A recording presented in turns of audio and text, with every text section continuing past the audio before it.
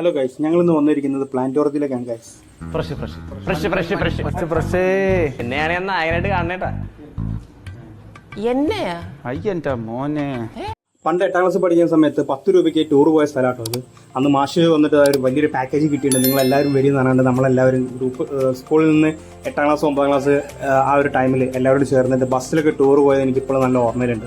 അന്ന് ഞാൻ അസ്കറൊക്കെ അസ്കറും ജഷറൊക്കെ നല്ല എൻജോയ് ചെയ്തൊരു സ്ഥലം കൂടിയാണ് ഈ പറയുന്ന പ്ലാന്റോറിയം.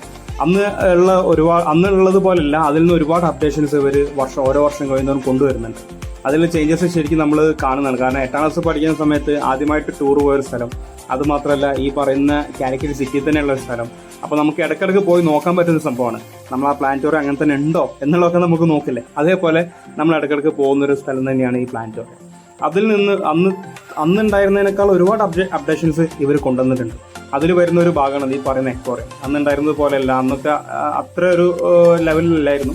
പക്ഷെ അതിൽ നിന്നെല്ലാം മാറി ഇന്ന് ഈ കാണുന്ന ലെവലിലേക്ക് അപ്ഡേറ്റ് ചെയ്തതാണ്. ഇതൊക്കെ നോക്കി ശരിക്കും നമ്മളെ കാലിക്കറ്റ് സിറ്റി ഐ കടപ്പുറം ആ ഭാഗം ഉണ്ടല്ലോ, നമ്മുടെ ബീച്ച് ഏരിയ, ആ ബീച്ച് ഏരിയനൊക്കെ അതേപോലെ വെച്ചതുപോലെ ഉണ്ട്. നല്ല അടിപൊളിയായിട്ട് ചെയ്തു വെച്ചിട്ടുണ്ട്. ഇതൊക്കെ ശരിക്കും ഓരോ വർഷത്തിൽ ഇവർ കൊണ്ടുവരുന്ന അപ്ഡേഷൻസ് ആണ്.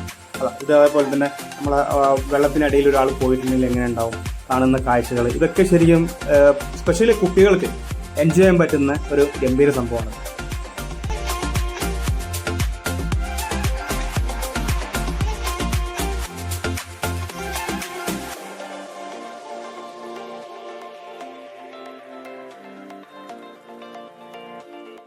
ഇത് കണ്ടില്ലേ, ഇതിൽ കാണിച്ചു വെച്ചിരിക്കുന്നത് പോലെ തന്നെ ഓരോ ഗ്രഹങ്ങൾക്കും ഓരോ സ്പീഡാണ്. എന്നുവെച്ചാൽ ഇത് എങ്ങനെയാണ് സൂര്യന് ചുറ്റുന്നത്, അങ്ങനെയുള്ള ഓരോ കാര്യങ്ങളും കൃത്യമായിട്ട് അത് സെറ്റ് ചെയ്തിട്ടുണ്ട്. അത് ഗംഭീരം തന്നെയാണ്.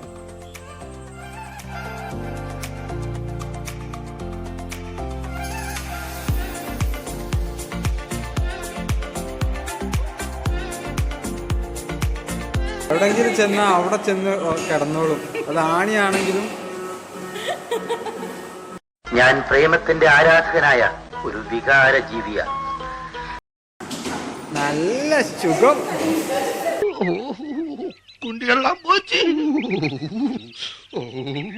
എന്നെ സംബന്ധിച്ച് കൊടുക്കുന്ന പൈസക്ക് ഇത് വേർത്താണ്. പക്ഷെ ഓരോരുത്തർക്കും ഓരോ അഭിപ്രായമല്ലേ. 3D ഷോ അങ്ങനെ ഉണ്ടായിരുന്നു.